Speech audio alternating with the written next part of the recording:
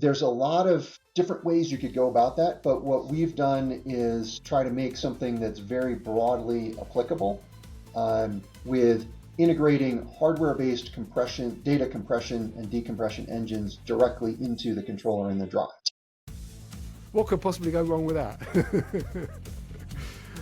One last question then. What's the one thing you want listeners to take away from this conversation? If there was one thing. I'd say as you are, when you're doing AI, make sure that you have an objective plan for it. What is it you're trying to get out of this AI? And then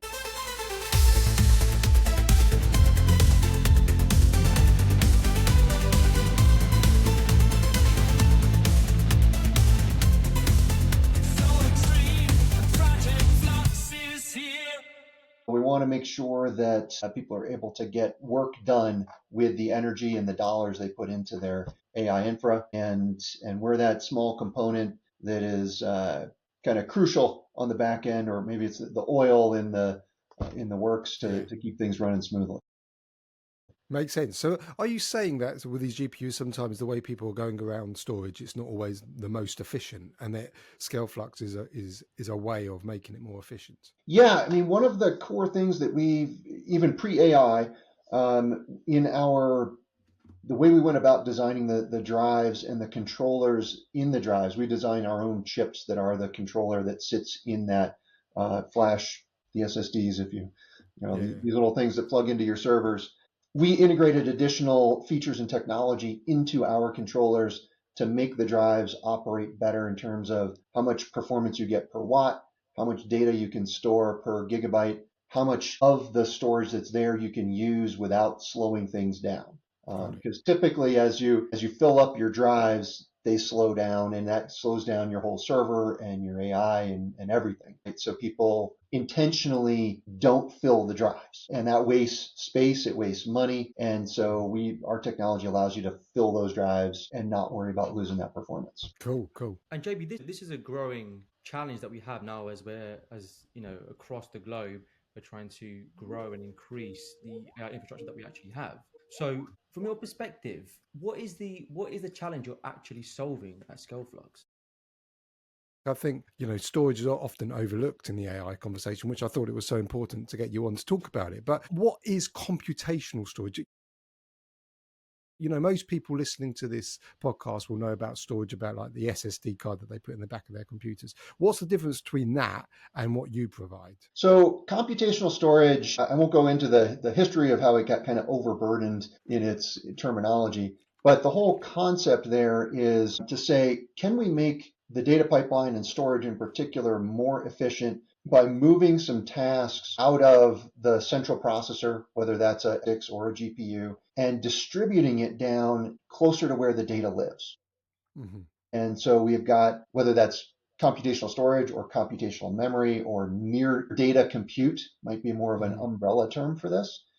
And there's a lot of different ways you could go about that, but what we've done is try to make something that's very broadly applicable with integrating hardware-based compression, data compression and decompression engines directly into the controller and the drive. There's a lot of different ways you could go about that, but what we've done is try to make something that's very broadly applicable with integrating hardware-based compression, data compression and decompression engines directly into the controller and the drive. Liquid cooling directly to chips is more like having the radiator in your car, where it's all a contained system, and inside that chunk of metal that's attached to the processor, there is liquid that's getting heated up and then moved out to be cooled somewhere else. And then immersion cooling is I'm taking my entire server and putting it into a non-conductive liquid. So there are these big vats.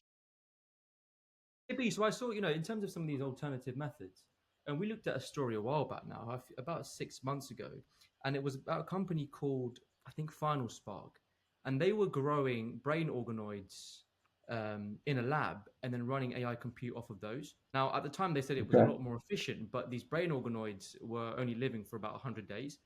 but you could actually go onto the platform itself and then run some of your models off of it. So I don't know if some of these alternative methods are something which would be in competition, or what's the potential behind some of these. But do you think there are other alternative solutions to what you guys at Hyperscale, ScaleFlux, are delivering, which might be outside the box or, inside? Well, let me answer two parts there. One, for what we at ScaleFlux deliver, we're delivering the storage and then memory controllers to help break down that memory wall and help you get more efficiency out of the AI processors.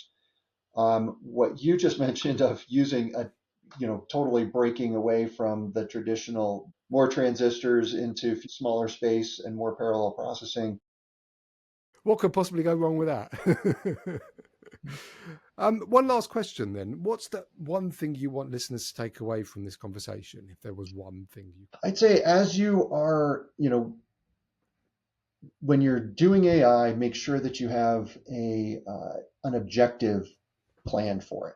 What is it you're trying to get out of this AI? And then make sure you look at the full series of impacts that you're going to have.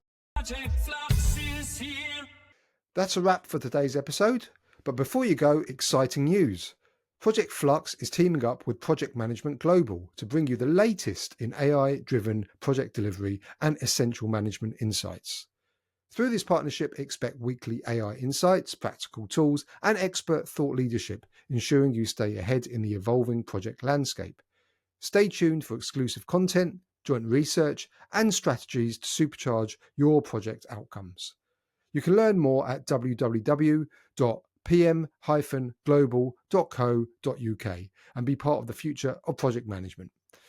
See you later. Project Flux is here.